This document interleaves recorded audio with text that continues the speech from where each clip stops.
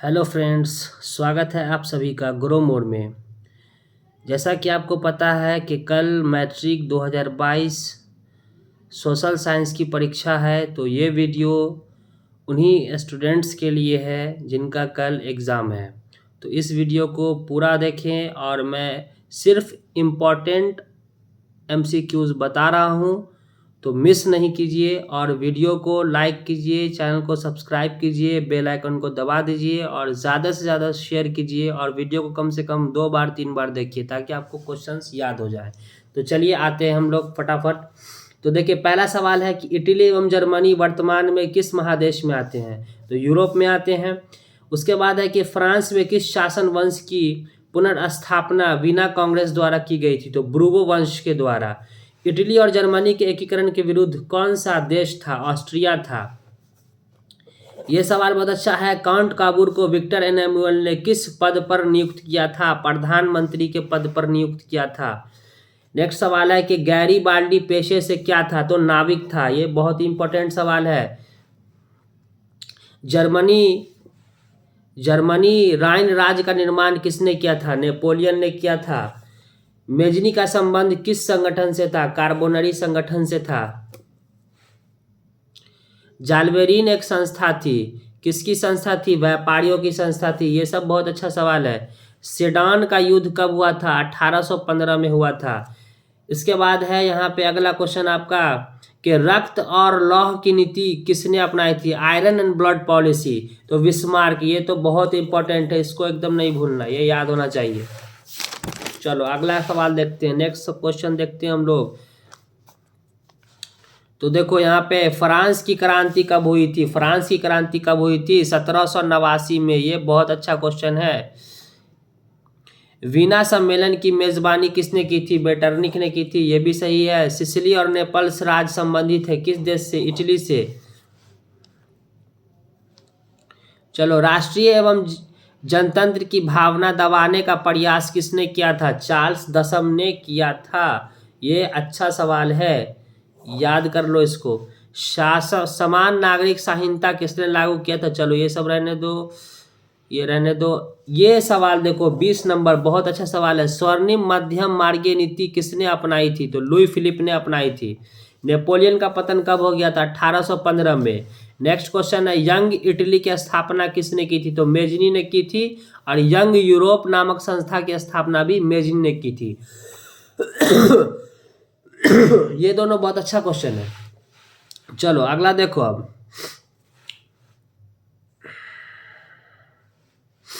Germany के एकीकरण के समय वहां लगभग कितने राज्य थे? मतलब जर्मनी कितने खंडों में बटा हुआ था? तो करीब 300 राज्यों में ये बटा हुआ था। दमनकारी कानून काल्सवाद के आदेश किसने जारी किए थे? मेटरनी। ये सब को इतना इंपॉर्टेंट नहीं है। बिस्मार्क किस प्रमुख दार्शनिक से प्रभावित है? ये अच्छा सवाल है। हिगेल से। पर्सा ने 1870 में फ्रांस को हराया था किस युद्ध में? सीडान के युद्ध में हराया था। ये अच्छा सवाल है। चलिए अब आगे देखते हैं। ये सब उतना इम्पोर्टेंट नहीं है। ये सवाल देखिए, यूरोप में राष्ट्रीयता की भावना का विकास किस क्रांति के गर्भ से हुआ था? तो फ्रांस की क्रांति से। यूरोप वासियों के लिए किस देश का साहित्य एवं ज्ञान विज्ञान प्रेरणा स्रोत रहा? यूनान का। नेपोलियन ने जर्मनी में किस संघ की स्थापना की थी? राइन संघ। अच्छा सवाल है। हंगरी की भाषा क्या थी? मैग्यार थी। यह भी अच्छा सवाल है। एक्ट ऑफ यूनियन किस वर्ष पारित हुआ? 1688 में। नेक्स्ट क्वेश्चन, यूरोप का मरीज किसे कहते हैं? वीवीआई क्वेश्चन है ये। तुर्की को यूरोप का मरीज कहते हैं। अगले चैप्टर में चलते हैं हम लोग। रूस में जार का अर्थ क्या होता है? तो रूस का सम्राट को हम लोग कहते हैं, जार का अर्थ होता है रूस का सम्राट। कार्ल मार्क्स का जन्म कहाँ हुआ था? तो बच्चों जर्मनी में हुआ था। वार एंड पीस की रचना किसने की थी? वॉर और पीस जो है ये किताब है, इसकी रचना टॉल्स्टॉय ने की थी। बहुत इंपॉर्टेंट है। बोल्शेविक क्रांति कब हुई थी? नवंबर 1917 में हुई थी। लाल सेना का गठन किसने किया था? ट्रोट्स्की ने किया था। लेनिन की मृत्यु 1924। एकदम रट लो, यही सब आने वाला है कल। चलो, सर्वहारा वर्ग में शामिल होते गरीब या भूमिहीन मजदूर जो होते हैं, जिनके पास अपनी खेती के लिए ज़मीन नहीं होती है, वो सर्वहारा वर्ग में होते हैं। चलिए अगला सवाल, इसमें तो और कोई इम्पोर्टेंट नहीं लग रहा है मुझे। ये सवाल देखिए, ये तो एकदम बहुत इम्पोर्टेंट है, इसको एकदम दिमाग में सेट कर लेना है। दास कैपिटल को क्या माना जाता है? दास कैपिटल एक किताब है, इसको समाजवादियों का बाइबल कहा जाता है। ठीक है, समाजवादी की प्रथम अंतर्राष्ट्रीय संघ की स्थापना कब हुई थी? तो 1864 में हुई थी। कृषि दासता किसने समाप्त कर दी थी? जार अलेक्जेंडर द्वितीय ने समाप्त कर दी थी। रूस जापान युद्ध कब हुआ था? 1904 से 1905 में। 9 जनवरी 1905 को लोग रोटी दे के नारों के साथ किस सड़क पर आ गए थे? पिट्सबर्ग के सड़क पे आ गए थे। रूस का पहला साम्यवादी कौन था? चलिए, प्लेखानोवा। तो ये सब अच्छा सवाल है, इसको देख लीजिएगा आप लोग। पुराने कैलेंडर के अनुसार खूनी रविवार के नाम से जाना जाता है 9 जनवरी। लेनिन द्वारा दिए गए 3 नारों में कौन प्रमुख था? भूमि, रोटी और शांति। लेनिन द्वारा स्थापित चेका क्या था? बहुत अच्छा सवाल है बच्चों ये। लेनिन द्वारा स्थापित चेका क्या था? एक गुप्त संगठन था। रूस का संविधान कब बनाया गया? 1918 में बनाया गया। स्टालिन की मृत्यु कब हुई थी? 1935 में हो गई थी। चलिए अब अगले चैप्टर में हम लोग चलते हैं, वियतनाम, हिंद चीन जिसको हम लोग कहते हैं। तो हिंद चीन में कौन से देश आते हैं? तो कंबोडिया, वियतनाम और लाओस। बहुत अच्छा सवाल है। अंकोर वाट, ये बता दूं आपको कि पूरे विश्व का सबसे बड़ा मंदिर है अंकोर वाट का मंदिर। ये कहाँ स्थिर है? वियतनाम में स्थिर है। हिंद चीन पहुंचने वाले प्रथम व्यापारी कौन थे? तो पुर्तगाली थे। पुर्तगाल के लोग सबसे पहले हिंद चीन पहुंचे थे। हिंद चीन में बसने वाले फ्रांसीसी क्या कहलाते हैं? तो कोलोन कहलाते थे। नरोत्तम सिन्हा नुक कहाँ के शासक थे? कंबोडिया के। क्वेश्चन नंबर 6 देखिए, बहुत अच्छा है।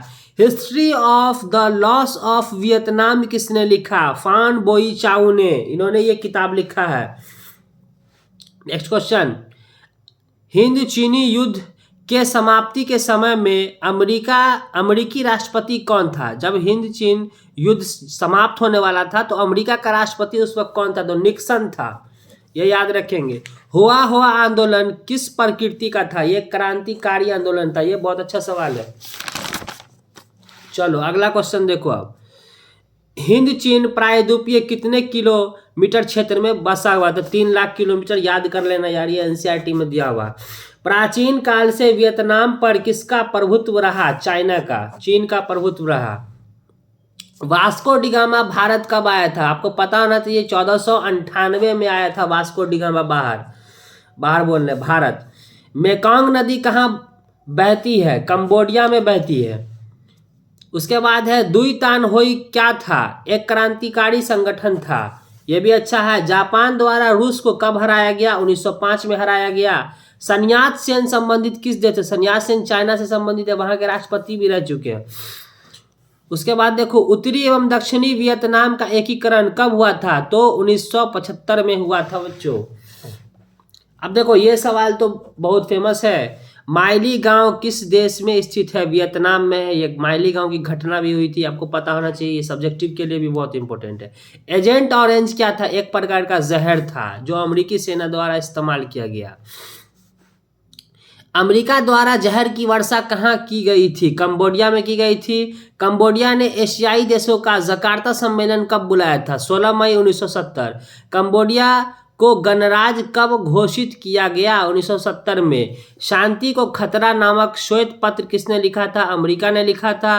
हिंद चीन ने साम्यवादी गुट कहाँ बनाया था? तो पेरिस में बनाया था। वियतनामी क्रांतिकारी दल का गठन कब हुआ था? 1925 में हुआ था। चलिए अब आगे देखते हैं। एक क्वेश्चन यहाँ पे है, बाओ दाई कहाँ का शासक था? उन्नाम का शासक था। ये बहुत अच्छा सवाल है।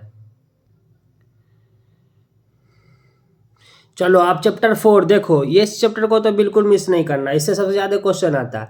गदर पार्टी की स्थापना किसने और कब की थी? तो लाला हरदयाल ने 1913 में की थी। लाला हरदयाल जी ने 1913 में की थी। जालियांवाला बाग हत्याकांड कब हुआ था? ये तो भाई बहुत फेमस क्वेश्चन है।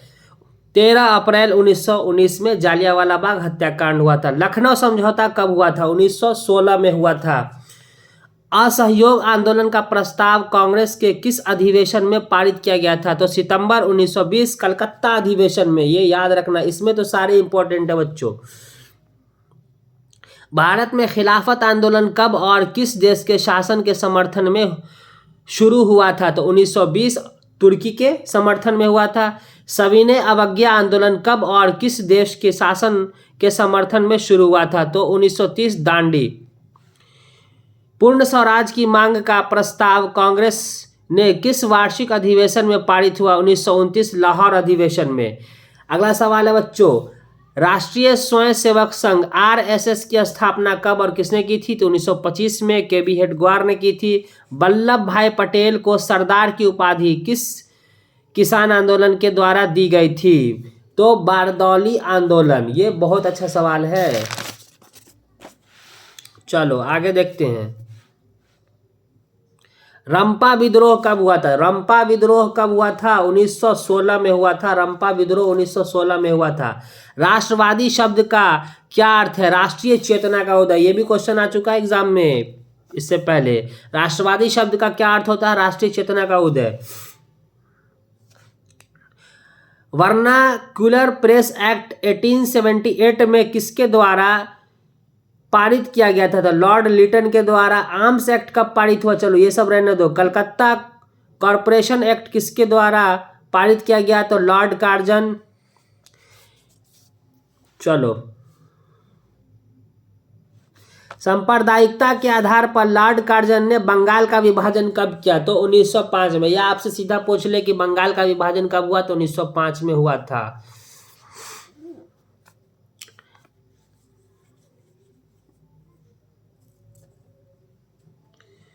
अब है लॉर्ड डलहौजी। लॉर्ड डलहौजी के बारे में देखिए कि संरचनात्मक विकास में शामिल है रेलवे, टेलीग्राम लाइन, परिवहन व्यवस्था, इनमें सभी। तो इसका उत्तर इनमें सभी। खास तौर पे रेलवे बहुत इंपॉर्टेंट है, वैसे इसका आंसर सभी होगा।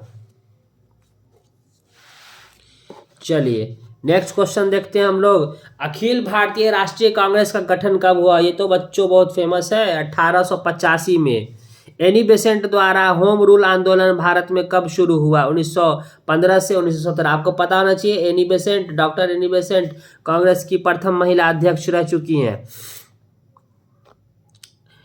नरम दल और गरम दल कब आपस में मिल गए थे? 1916 में मिल गए थे। ये अच्छा सवाल है बहुत। नाइट की उपाधि का त्याग 1919 में किस नेता ने किया था?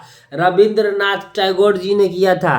कैसरे हिंद की उपाधि का त्याग किस नेता ने किया था? यह भी बहुत इंपॉर्टेंट क्वेश्चन है। कैसरे हिंद की उपाधि का त्याग किसने किया था? बच्चों हमारे बापू महात्मा गांधी ने किया था। अमृतसर अधिवेशन कब हुआ था? 1919 में। ये रहने दो। पूरे भारत में खिलाफत दिवस कब मनाया जाता है? 17 अक्टूबर 1919। किस आंदोलन द्वारा कलकत्ता अधिवेशन की पुष्टि कर स्वशासन की जगह स्वराज का लक्ष्य रखा गया? नागपुर अधिवेशन, दिसंबर 1920। मोतीलाल नेहरू द्वारा नेहरू रिपोर्ट कब बनाई गई थी? बच्चों 1928 में बनाई गई थी। जनवरी 1921 में किस आंदोलन की शुरुआत हुई थी? असहयोग आंदोलन की शुरुआत हुई थी। चलो आगे देखो आप। ये क्वेश्चन ये तो भैया बहुत फेमस है। चौरा चौरी हत्याकांड कहाँ से संबंधित है? गोरखपुर से। खिलाफत आंदोलन का अंत किस आंदोलन से हुआ था? असहयोग आंदोलन। साइमन कमीशन का उद्देश्य क्या था? संवैधानिक सुधार पर विचार। 7 सदस्य साइमन कमीशन बंबई कब पहुंचा? 3 फरवरी 1928 में। नेहरू द्वारा रावी नदी पर तिरंगा कब फहराया गया? 31 दिसंबर 1929 में फहराया गया। चलो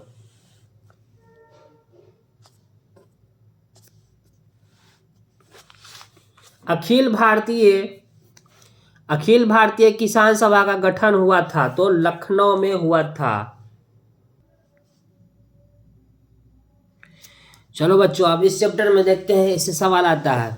अब देखिए यहाँ पे सवाल है कि महात्मा गांधी ने किस पत्र का संपादन किया था। तो बच्चों यंग इंडिया का संपादन महात्मा गांधी बापू ने किया था। किस पत्र ने रातों रात वर्नाकुलम प्रेस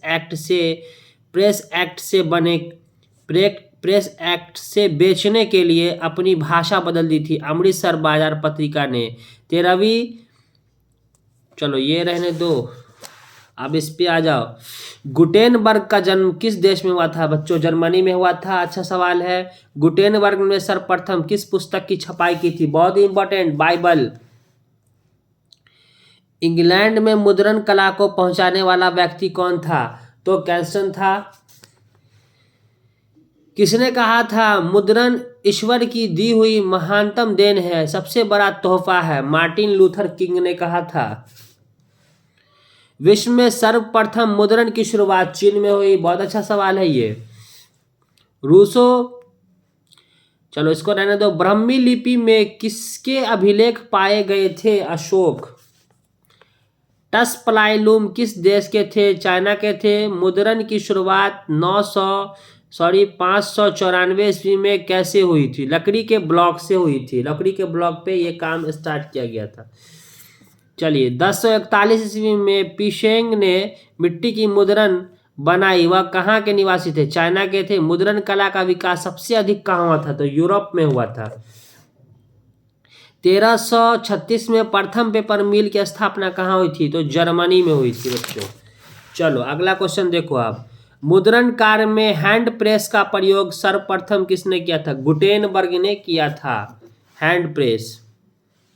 भारत में प्रेस किसके द्वारा लाया गया था। पुर्तगालियों के द्वारा।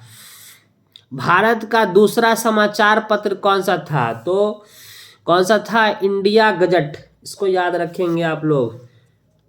अल बिलाल समाचार पत्र के संपादक कौन थे। मौलाना आजाद। वर्नाकुलम एक्ट किसके द्वारा लाया गया था। लॉर्ड लिटन दास। बहुत अच्छा सवाल है बच्चों। चलो अब देखो बंगाल का विभाजन जो कि 1905 में हुआ था किसके द्वारा किया गया था। तो लॉर्ड कार्जन के द्वारा किया गया था। राष्ट्रवादी भावनाओं को दबाने के लिए कार्जन ने कौन सा एक्ट बनाया था। न्यूज़पेपर एक्ट बनाया था। ठीक है बच्चों, ये हिस्ट्री का पेपर मैंने कवर किया है। आपको अगर वीडियो मेरा अच्छा लगा हो तो प्लीज़ वीडियो को लाइक कीजिए, शेयर कीजिए, चैनल को सब्सक्राइब कीजिए और अपने दोस्तों से करवा भी दीजिए और बेल आइकन को दबा दीजिए। फिर मैं अभी एक और वीडियो अपलोड करने जा रहा हूँ पॉलिटिकल साइंस से, तो पहले इसको आप लोग देखिए अच्छे से। Thank you everyone.